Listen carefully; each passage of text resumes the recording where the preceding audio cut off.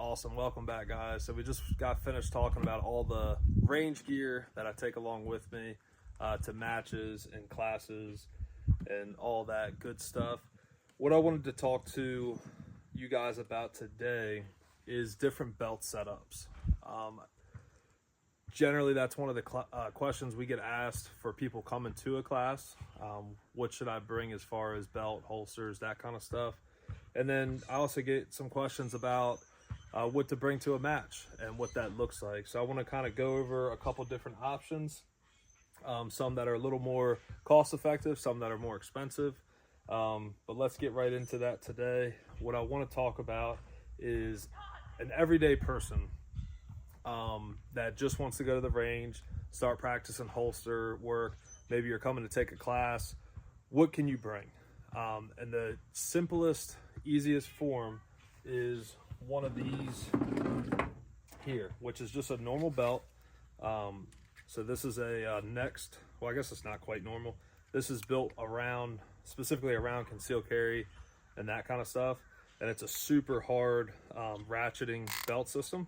So it has a little button down here that you can literally ratchet and tighten it to however small or big you are.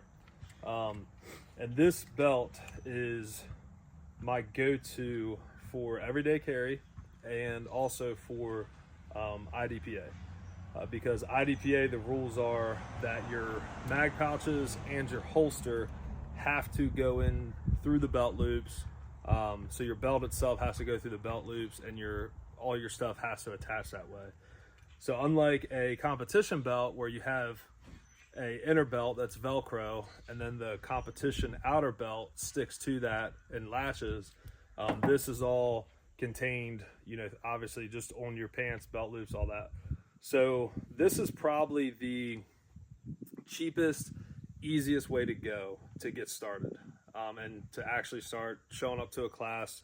Because if you don't have a holster, mag pouches, and that kind of stuff, get that stuff first, because this stuff, generally the holsters and stuff, will fit on your average leather belt that you have at home. You don't even need to buy one of these fancy Next or Core belts quite yet.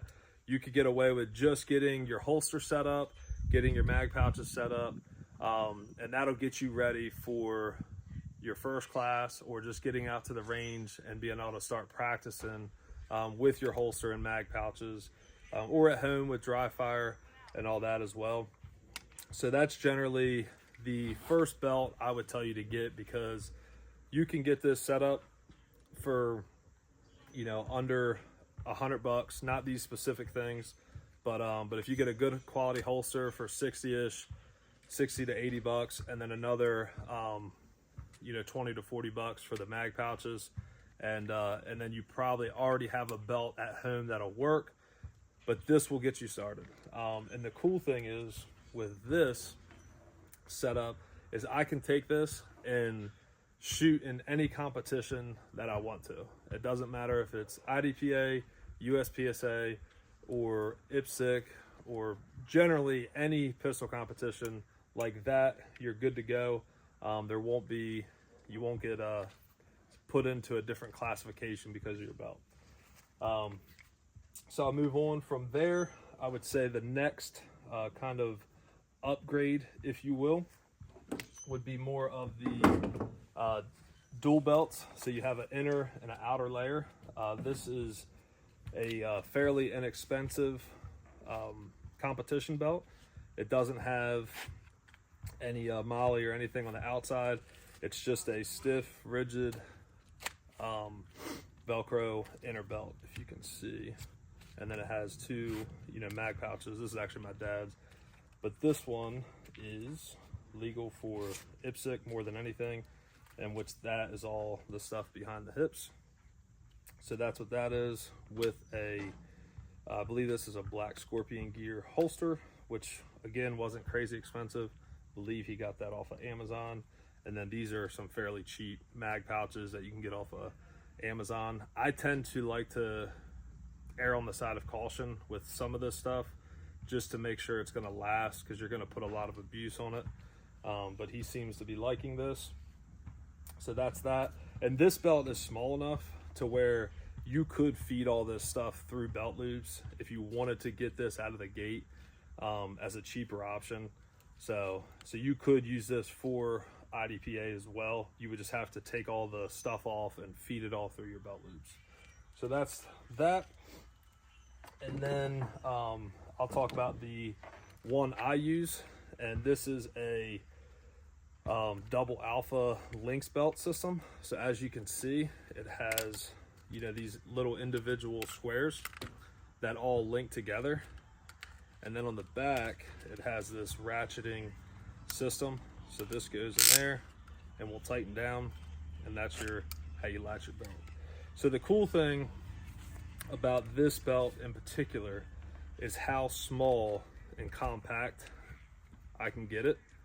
So I can roll this thing up as tight as I want to be able to fit in a bag, or if I'm on an airplane, something like that. You have a lot more capability with something this small versus something that is stiff and rigid like this.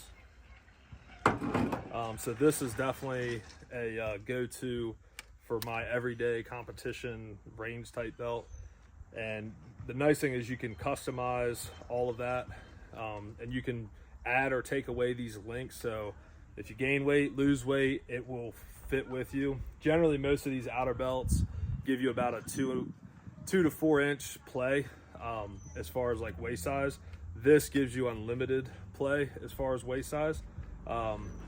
So yeah, and then as far as mag pouches, these are the double alpha racer mag pouches with a magnet on the front.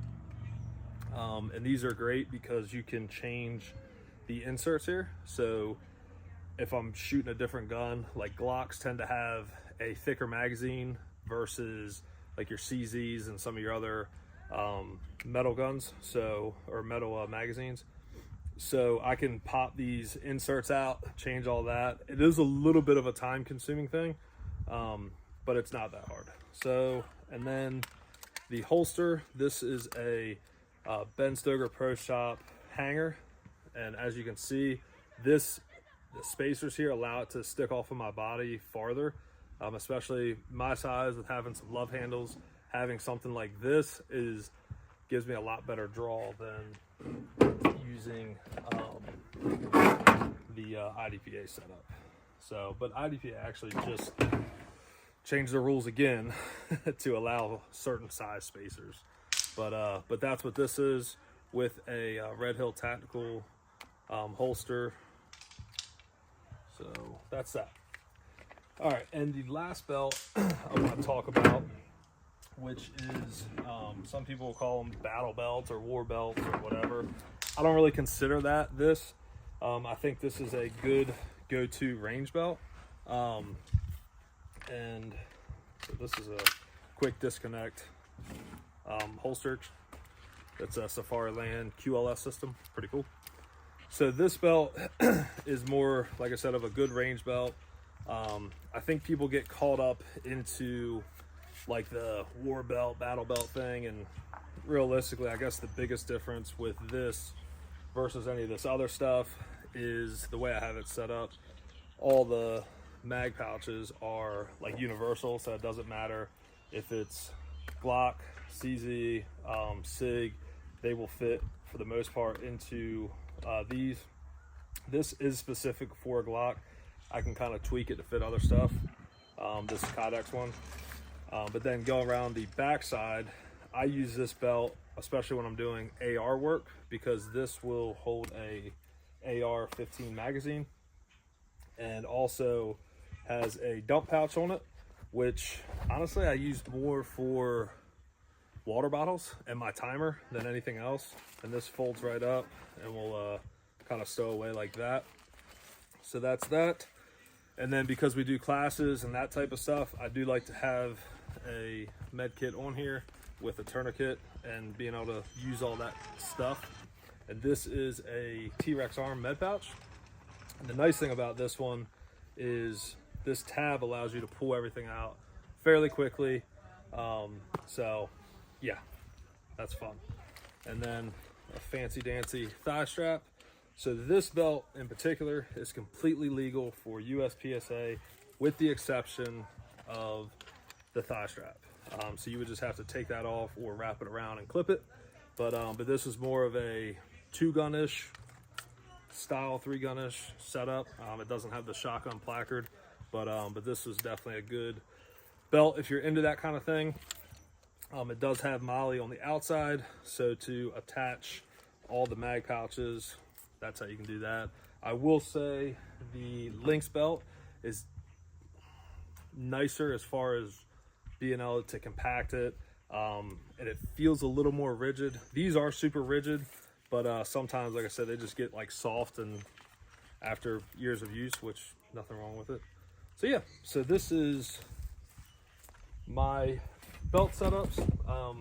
I would say my go-to is this one, and these two are my go-tos. This is literally, I wear it every day. Not with this setup, but for concealed carry. And then this is pretty much my range and competition setup. And then from there, obviously this one, because that's not mine. So yeah, let me know. I would love to see what belts you guys are rocking and using. There's some good ones out there. Let me know. I want to see some pictures and what exactly you guys prefer on your belt or not on your belt. And yeah, let me know down in the comments. Cool. See ya.